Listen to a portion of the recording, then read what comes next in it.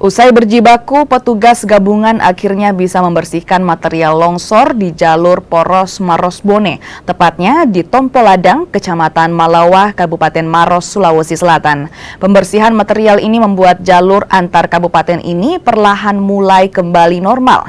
Sebelumnya, jalur ini sempat tertimbun longsor dan membuat kemacetan panjang. Pengendara bahkan harus menunggu hingga belasan jam sebelum akhirnya bisa kembali melanjutkan perjalanan.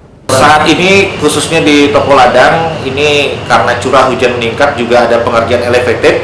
Ini potensi longsor juga sangat rawan, namun kami sudah bekerja sama dengan balai untuk menyiapkan alat berat dan operatornya. Ini standby 24 jam sehingga apabila terjadi longsor ini segera dilakukan mitigasi dan pembersihan area-area longsor dan segera bisa teratasi, dan saat ini jalan dinyatakan lancar.